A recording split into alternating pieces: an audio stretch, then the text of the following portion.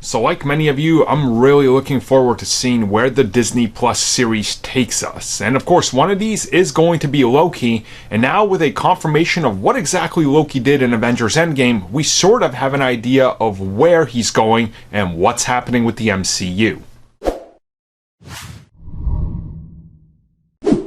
So there's that moment in Avengers Endgame where they travel back to the events of the original Avengers. We of course see it from a different perspective, different point of view, and we see that at one point the Tesseract ends up landing right in front of Loki's feet.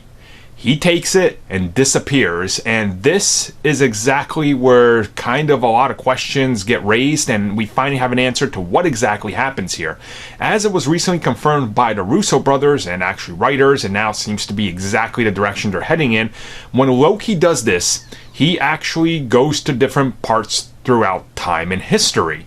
So, how exactly does this work? Because, let's say if he goes back to World War II and does something that prevents World War II, is that going to actually cause a ripple effect in the MCU?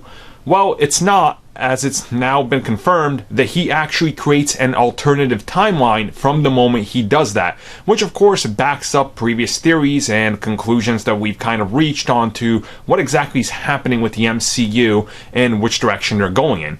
So right now, you can kind of understand that the upcoming Loki TV series is actually going to be an alternative timeline of what Loki was doing during that brief hiatus. And this is kind of interesting because you have to consider that now that is part of Marvel canon, or MCU canon, but it's not part of the timeline we're in right now. You know, the main timeline. It's a sub-timeline. So now things are going to get rather, I want to say interesting and a little bit muddled, and it's kind of crazy to see how this is going to work out and how they pull it off and how they play around with this, considering from what we know is that the Loki series is going to jump around throughout different time periods of his life.